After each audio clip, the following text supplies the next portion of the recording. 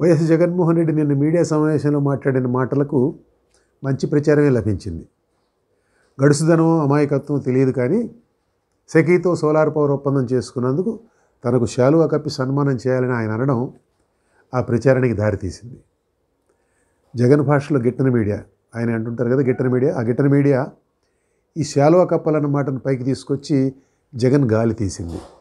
ఆ క్రమంలోనే ఆయన చెప్పిన దాంట్లో పాయింట్లన్నీ వరుసగా రాస్తూ వాటికి సమాధానాలు కూడా రాశారు.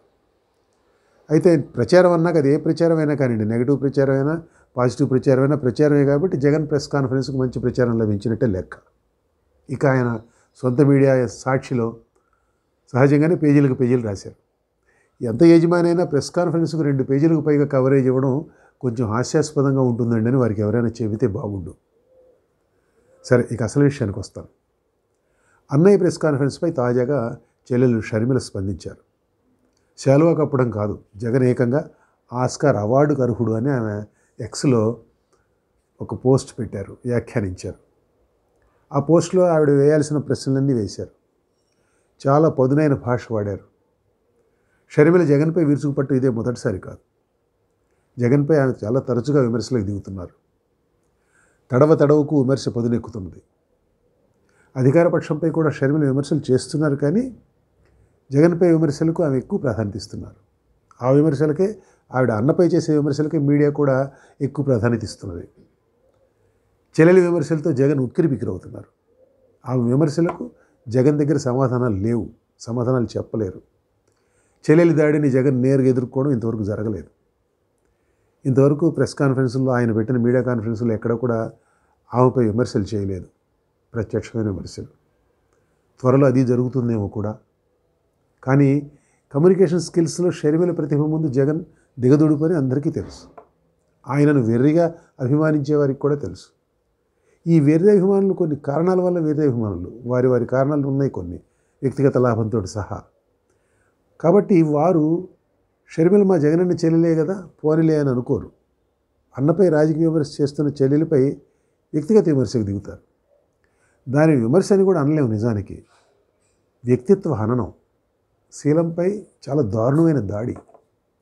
నిజానికి ఇందులో అసిరిపోవలసిందేమీ లేదు. ఒక విషయం గుర్తు తెచ్చుకోండి. మొన్న మధ్య వారం క్రితం జగన్ తన ప్రెస్ మీట్లో సోషల్ మీడియా పోస్టుల గురించి మాట్లాడుతూ షర్మిలకు సినీ హీరో ప్రభాస్తో సంబంధం ఉందన్న ప్రచారం చంద్రబాబు బావమరిది బాలకృష్ణ ఇంటి నుంచే జరిగిందని అంటూ ఒక వీడియో చూపించారు, గుర్తుందా?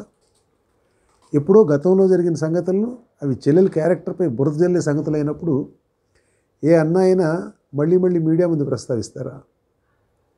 ఈ విషయంలో జగన్ ప్రవర్తన మనకేం చెబుతున్నది? మనకేం చెబుతున్నదో ఆయన అభిమానులకు కూడా అదే చెబుతుంది. చెల్లెలైనా తెల్లైనా నాకు ఖాతరు లేదు, నా ప్రయోజనాలే నాకు ముఖ్యం, అంతేనే కదా? కాబట్టే షర్మిలపై జగన్ అనుచరులు చాలా దారుణమైన దాడికి దిగారు. చాలా కాలంగా దాడి చేస్తూనే ఉన్నారు. కూతురికి అండగా నిలిచిన తల్లి శీలంపైనే కామెంట్లు పెట్టారు. ఇక చెల్లెలు ఒక లెక్క. జగన్ ప్రెస్ కాన్ఫరెన్స్ తర్వాత షర్మిల మీడియాతో మాట్లాడుతూ అదే మాట అన్నారు. మీకు అవసరమైతే చెల్లెలనైనా వాడేసుకుంటారు, తల్లి మీద కేసైనా పెడతారు, తండ్రి పేరును సిబిఐ ఛార్జ్ షీట్లోనే ఎక్కిస్తారు, మీరు గ్రేట్ సార్ అన్నారు ఆవిడ. మరో మాట కూడా అన్నారు షర్మిల.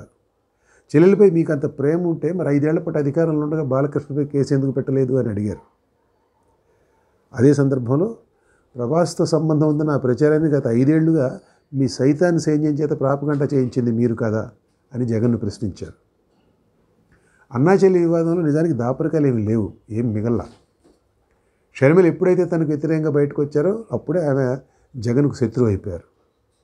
శత్రువును నాశనం చేసే విషయంలో జగన్కు మంచి చెడు ఇటువంటి పాపభీతి ఏమి ఉండదు, బంధుప్రీతికి చోటు కూడా ఉండదు. ఎలాంటి వ్యూహాలనైనా అమలు చేస్తారు ఆయన. అది టీడీపీ అయినా ఒకటే, చంద్రబాబు అయినా ఒకటే, చెల్లెలైనా ఒకటే.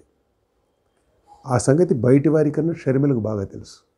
కాబట్టే ఆమె కూడా మానసికమైన జంకుముకులు ఏమైనా ఉంటే ముందు అవన్నీ వదిలిపెట్టారు. సోషల్ మీడియాలో దొంగ దెబ్బ తీసే అన్నపై ప్రత్యక్ష యుద్ధానికి దిగారు. తాను వెనుకాడినా ఒకవేళ అన్న మాత్రం తగ్గడని ఆమెకు తెలుసు. అందుకే జగన్ను రాజకీయంగా తెగనాడడానికి ఆమె ఏమాత్రం సంకోచించడం లేదు. పైగా షర్మిల ఇప్పుడు కాంగ్రెస్ పార్టీ రాష్ట్ర శాఖ అధ్యక్షురాలు, పిసిసి ప్రెసిడెంట్ ఆమె. రాష్ట్రంలో వైసీపీ బలహీనపడితే ఏర్పడే ఖాళీలో కాంగ్రెస్కు చోటు ఉంటుందని తెలియనంత అమాయకురాలు కాదు. సాధారణ రాజకీయ ప్రక్రియ ద్వారా ప్రస్తుతానికి వైసీపీని బలహీనపరచడం జరిగే పని కాదని ఆమెకు బాగా తెలుసు.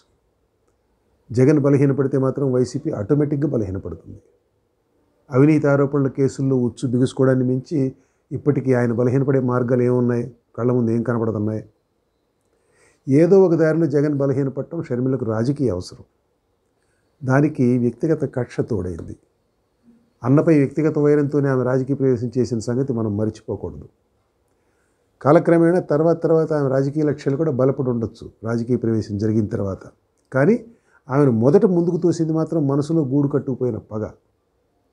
తనను రాజకీయ ప్రయోజనాల కోసం వాడుకొని ఎన్నికల్లో గెలిచిన తర్వాత కూరలో కరివేపాకు మాదిరి తీసి అవతల పారేసిన అన్నకు బదులు చెప్పాలన్న తీవ్రమైన కాంక్ష, తనకు కనీసం వాగ్దానం చేసిన మేరకైన ఆస్తి పంచకుండా అంతా నాదే అంటూ తొండి చేస్తున్న అన్నపై ప్రతీకారం తీర్చుకోవాలన్న గట్టి వాంఛ, అన్నిటినీ మించి ఆస్తిలో వాటా అడిగినందుకు అనుచరులతో, షర్మిల మాటల్లో చెప్పాలంటే సైతాను సైన్యంతో తన బతుకును బజారుకు ఈడ్చి దారుణాతి దారుణంగా శీలహననం చేయిస్తున్న అన్నపై కక్ష తీర్చుకోవాలన్న బలీయమైన కోరిక, ఇవన్నీ కలిపి షర్మిలను ముందుకు నడిపిస్తున్నాయి. ఫలితంగా జగన్కు ఆమె బలమైన శత్రువుగా మారారు. ఆమెను నేరుగా ఎదుర్కోవడం సోషల్ మీడియాలో దొంగ దెబ్బ తీయడం అంత తేలిక కాదు. టీడీపీ నాయకులకు ఆపాదించినట్లు ఆమెకు దురుద్దేశాలు ఆపాదించడం, రాజకీయ విమర్శలు చేయడం కుదరదు. పోనీ సోషల్ మీడియాలో దాడుల్నే కొనసాగిద్దామంటే అది ఇప్పుడు కుదరడంలా. ప్రభుత్వపరంగా గట్టి చర్యలు మొదలయ్యాయి. ఆ విధంగా చూస్తే షర్మిల విషయంలో జగన్ చాలా పెద్ద ఇరకాటాన్ని ఎదుర్కొంటున్నారని చెప్పాలి. చెల్లెలు అన్నకి కొరకరాని కొయ్యగా తయారయ్యారు.